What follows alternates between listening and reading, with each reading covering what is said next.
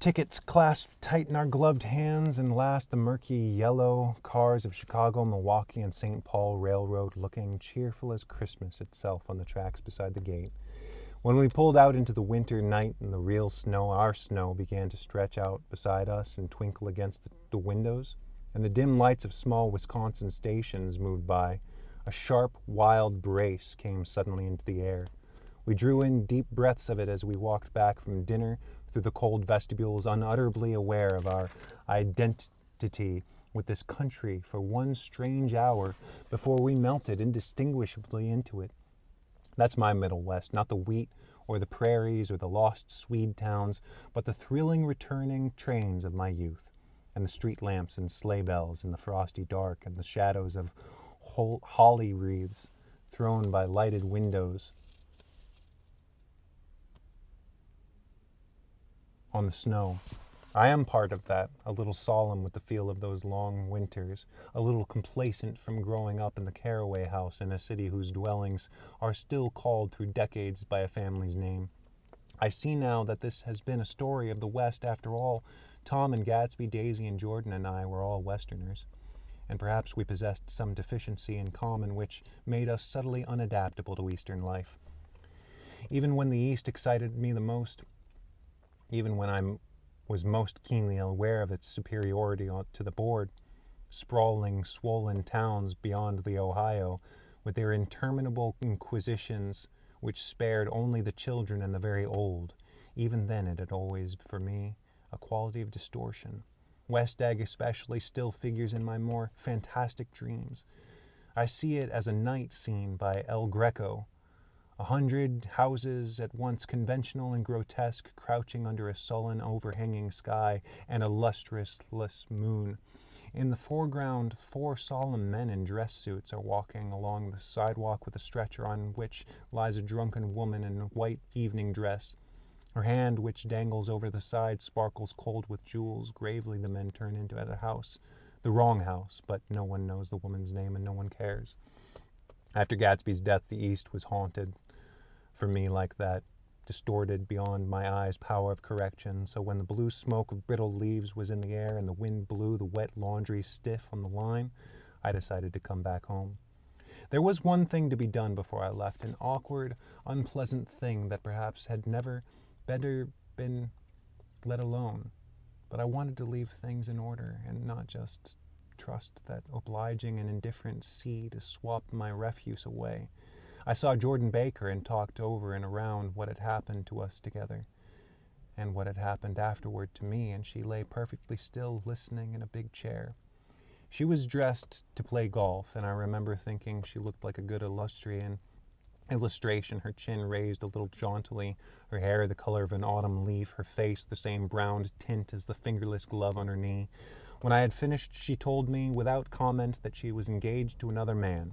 I doubted that, though there were several she could have been married to, at a nod of her head, but I pretended to be surprised.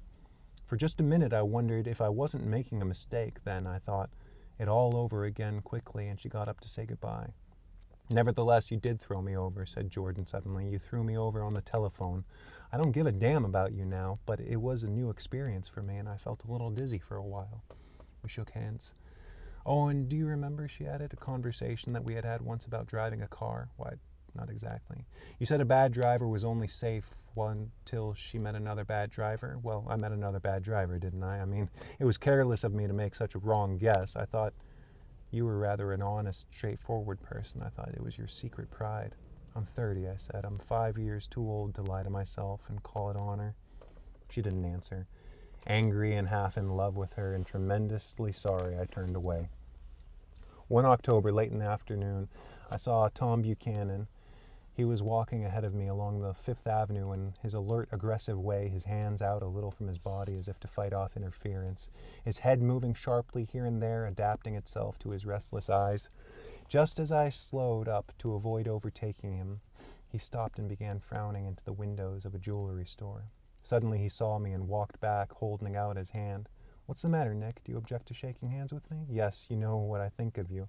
"You're crazy, Nick," he said quickly. "Crazy as hell. I don't know what's the matter with you." "Tom," I inquired, "what did you say to Wilson that afternoon?" He stared at me without a word, and I knew I had guessed right about those missing hours. I started to turn away, but he took a step after me and grabbed my arm. I told him the truth, he said. He came to the door while we were getting ready to leave, and when I sent down word that they weren't in, he tried to force his way upstairs. He was crazy enough to kill me if I hadn't told him who owned the car.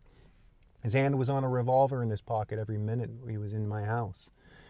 He broke out defiantly. What if I did tell him? That fellow had it coming to him. He threw dust into your eyes just like he did into Daisy's, but he was a tough one. He ran over Myrtle like you'd run over a dog and never even stopped his car. There was nothing I could say except the one unutterable fact that it wasn't true. And if you think I didn't have my share of suffering, look here. When I went to give up that flat and saw that damn box of dog biscuits sitting there on the sideboard, I sat down and cried like a baby, but God, it was awful. I couldn't forgive him or like him, but I just saw what he had done was, to him, entirely justified. It was all very careless and confused. They were careless people, Tom and Daisy. They smashed up things and creatures and then retreated back into their money and their vast carelessness, or whatever it was that kept them together, and let other people clean up the mess they had made. I shook hands with him. It seemed silly not to, for I thought I were talking to a child. Then he went into the jewelry store to buy a pearl necklace, or perhaps only a pair of cuff buttons, rid of my provincial squeamishness forever. Gatsby's house was still empty when I left. The grass on his lawn had grown as long as mine. One of the taxi drivers in the village never took a fare past the entrance gate without stopping for a minute and pointing inside. Perhaps it was he who drove Daisy and Gatsby over to East Egg the night of the accident, and perhaps he had made a story about it all his own. I didn't want to hear it, and I avoided him when I got off the train. I spent my Saturday nights in New York because those gleaming, dazzling parties of his were with me so vividly that I could still hear the music and the laughter, faint and incessant, from his garden and the cars going up and down his drive. One night I did hear a material car there and saw its lights stop at the front steps, but I didn't investigate. Probably it was some final guest who had been away at the end of the earths and didn't know the party was over. In the last night, with my trunk parked with my car sold to the grocer, I went over and looked at the huge, incoherent failure of a house once more. On the white steps was an obscene word scrawled by some boy with a piece of brick, stood out clearly in the moonlight, and I erased it, drawing my shoe raspingly along the stone. Then I wandered down to the beach and sprawled out on the sand. Most of the big shore places were closed now, and there were probably any lights except the shadowy, moving glow of the ferry boat across the sound. And as the moon rose higher, the inessential houses began to melt away until I gradually became aware of the old island here that flowered once for the Dutch sailors' eyes. A fresh, green beast of the New World, its vanished trees, the trees that had made way for Gatsby's house, had once pandered in whispers to the last and greatest of all human dreams. For a transitory, enchanted moment, man must have held his breath in his presence of this continent, compelled into an aesthetic contemplation he neither understood nor desired, face to face for the last time in history with something commensurate to his capacity for wonder.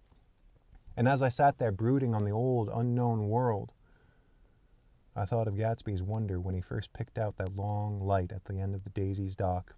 He had come a long way to his blue lawn, and his dream must have seemed so close that he could hardly fail to grasp it. He did not know that he was already behind him, somewhere back in that vast obscurity beyond the city, where the dark fields of the Republic rolled on under the night. Gatsby believed in the green light, the orgastic future that year by year recedes before us. It eludes us then, but that's no matter. Tomorrow we will run faster, stretch our arms farther, and one fine morning. So we beat on, boats against the current, borne back ceaselessly into the past.